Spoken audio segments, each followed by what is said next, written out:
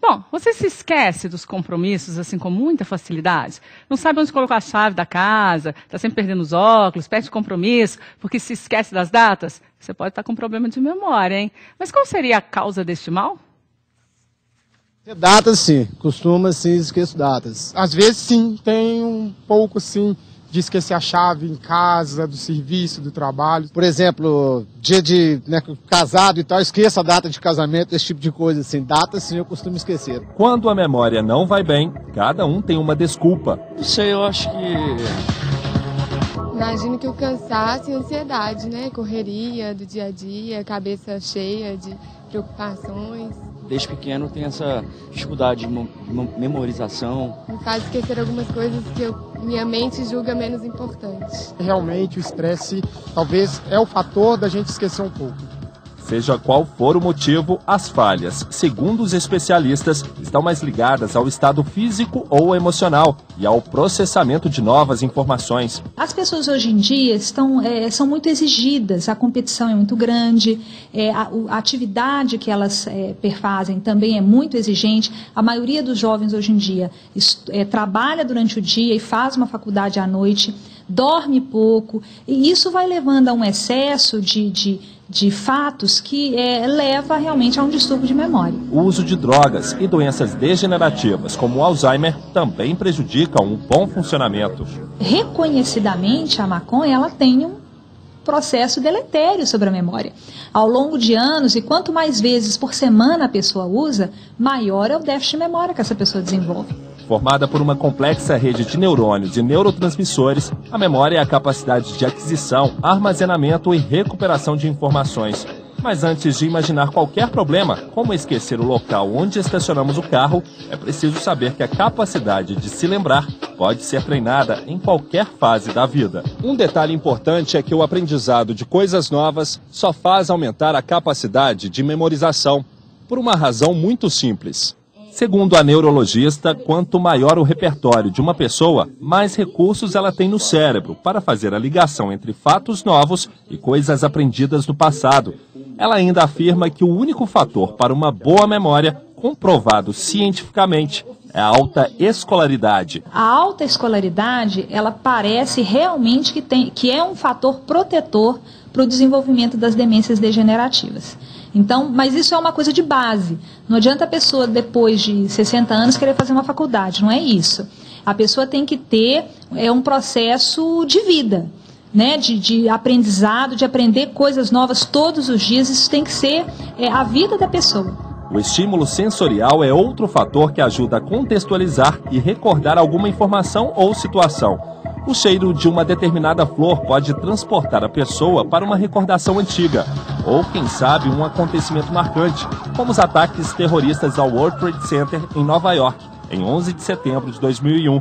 Você se lembra o que fez nesse dia? Não, com certeza não. Foi uma matéria muito, assim, que mexeu com o mundo todo, mas alguma coisa que relaciona a minha vida com esse fato, não consigo lembrar, não.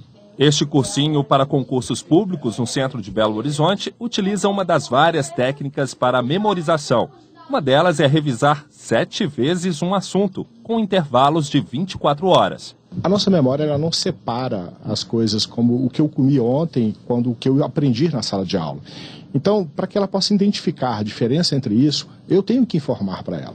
Essa informação eu faço à medida que eu faço essa revisão. E a minha memória pega e acusa. Poxa, pera lá.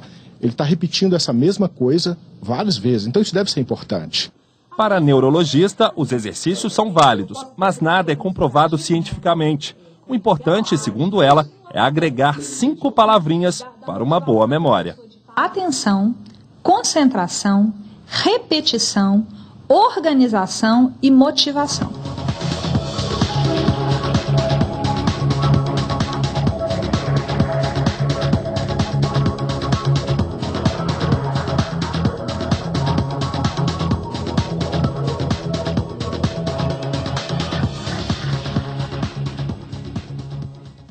Mas o que fazer para preservar, então, ao máximo a nossa memória? Aqui com a gente uma especialista no assunto, a neuropsicóloga Karen Saviotti. Karen, muitíssimo obrigada por estar aqui conosco. De nada, Bianca, é um prazer. Quero te fazer uma pergunta. Você se lembra quais são os 5 pontos que ela falou ali na matéria? Concentração, repetição, organização. Olha, esqueci um, hein? E eu lembro que o último é motivação. Por que a gente se esquece tão rapidamente? A memória recente, ela é menor do que a memória de fatos mais antigos? Como funciona? Ela é não menor, né? Ela precisa de mais estímulo para que seja arquivado, né? Toda memória de longo prazo, ela foi uma memória de curto prazo. Só que para ela se tornar uma memória de longo prazo, precisa do que aquilo que foi falado na reportagem, de uma repetição. Essa repetição vai dizer para o cérebro que aquela informação é importante. Por isso, quando a gente lê, acaba decorando, é isso? Com certeza, né? A repetição é uma das formas de memorização. E quando a gente adquire novas informações para arquivar nesse cérebro, as antigas não desaparecem? Não, não desaparecem. Isso é muito difícil, assim. Se você não utiliza por um período de tempo muito grande, né, o cérebro fala que aquilo não é tão importante. E aí, nesse sentido, vai ficando jogado mais assim lá para o fundo, né? Quando você utiliza bastante a informação, o cérebro entende que aquilo lá é importante. Então, ele mantém num lugar de fácil acesso. Uhum. Bom, eu pedi para a gente ser essa imagem de um cérebro. Eu quero entender como se forma a nossa memória. Todo o cérebro está envolvido nesse processo? Como é? Todo o cérebro está envolvido porque o cérebro hoje a gente sabe que funciona em esquema de rede, né? Então, assim, todos os neurônios se interconectam, né? Existem várias redes diferentes, mas a memória começa naquela partezinha vermelha, né? Que a gente chama de hipocampo. Ela fica circulando ali nesse no hipocampo, né? Assim, nessa área, para que ela possa depois passar para memória de longo prazo. Uhum. Então, se ela circula pouco tempo e você não deixa o tempo necessário para ela ser armazenada, o cérebro não guarda ela em outra área. Vamos voltar aqui para o... tem mais aí uma outra imagem. E daí, depois ela continua no hipotálamo, hipocampo, ou ela vai desenvolver em outro lugar? Ela vai desenvolver lá no lobo temporal, essa parte verde, né, assim, que fica aqui assim no nosso cérebro, nos dois hemisférios. E seria como se fosse um chip que vai arquivar? Não tem como a gente falar que é um chip, né? Assim, porque o cérebro ele é muito complexo. Aliás, é verdade que a gente utiliza muito menos do que a gente poderia do nosso cérebro? Existe uma teoria, né, assim, dessa forma, né? Claro que se a gente for sempre estimulando, a gente consegue melhorar essa performance. Criança também tem falha de memória? A gente costuma achar que perder memória é coisa de gente mais velha, e na verdade não é, né? Não. Hoje a gente vê muito jovem, muito adulto, reclamando de perda de memória, né? Assim, a perda de memória não existe só no que a gente chama de demência, ou na fase mais avançada da vida, onde essas patologias acontecem. Mas daí é diferente, a perda da memória é momentânea e essa perda da memória que pode ser uma demência, uma doença, é isso? É bem diferente, né? Assim, nos jovens hoje, né, e no adulto, a gente consegue ligar muito essa perda de memória, essas queixas subjetivas ao estresse. Né, assim, a gente consegue linkar muito, porque o estresse ele gera hormônios que são negativos e não benéficos para o cérebro, que até um certo grau podem fazer com que a memória funcione melhor, mas num grau excessivo vai prejudicar a memória e às vezes gerar até perda neuronal. A alimentação ela pode ajudar, por exemplo, comer peixe, comer esse ômega não sei quantos, ajuda ou não? Bom, se a gente pensar que a gente tem, sim, vitaminas e nutrientes que vão ser importantes para o funcionamento do cérebro, sim. Por exemplo, a baixa de vitamina B12, a baixa de ácido fólico, né, podem levar à perda de memória. Remédio adianta? Eu brinquei que quando eu fazia vestibular eu tomava umas vitaminas que diz que ajudava, assim, adianta? Bom, a gente até conversou sobre isso. Acho que o remédio adiantaria se fosse um remédio para diminuir o estresse. Né, um remédio que facilitasse a pessoa ficar menos ansiosa para poder arquivar a memória. Para ativar a memória, o que adianta? Fazer palavra cruzada, ler bastante, estudar, o que realmente adianta para aumentar a memória da gente? Bom, o que a gente sabe hoje que adianta é a gente ter estímulos positivos na vida, então fazer atividades de lazer que sejam prazerosas, né? Sair da rotina. Né? Os jovens de hoje estão muito presos no computador, muito presos assim, no videogame, né? Então eu recomendaria sair desse tipo de atividade e procurar fazer coisas diferentes. Isso vale para a idade avançada também?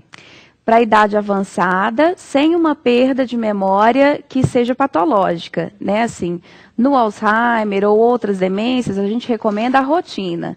Se não tem esse tipo de doença, a gente recomenda sair da rotina, sim. Álcool, droga, tudo isso prejudica a memória? Com certeza, né? O álcool leva à perda neuronal, tanto é que existe uma doença que a gente chama de síndrome de Korsakoff, que com o tempo, né, um alcoolista crônico pode desenvolver. Muito bem, ginástica sempre ajuda, né? Com certeza, o exercício físico ele vai ativar muitas áreas cerebrais. Karen, muitíssimo obrigada. Eu já combinei com a Karen, ela vai voltar e a gente vai falar da perda da memória já na idade mais avançada. Porque existem milhares de demências, né? Tem uma perda que já é natural da própria idade e muita coisa bacana pode ser feita nesse sentido, não é isso? Com certeza, Bianca. Vai ser um prazer. Muito bem. Vamos deixar um telefone de contato? Se você quiser deixar um e-mail, alguma referência? Tá. O meu e-mail é karenrss@terra.com.br. karenrss@terra.com.br e um telefone de contato é o 3227-9829. 3227 9829. A repetição faz. Muito bem. Eu vi o que eu aprendi, né? Muito obrigada, viu? Sucesso, bom trabalho para você. Obrigada a você, Bianca.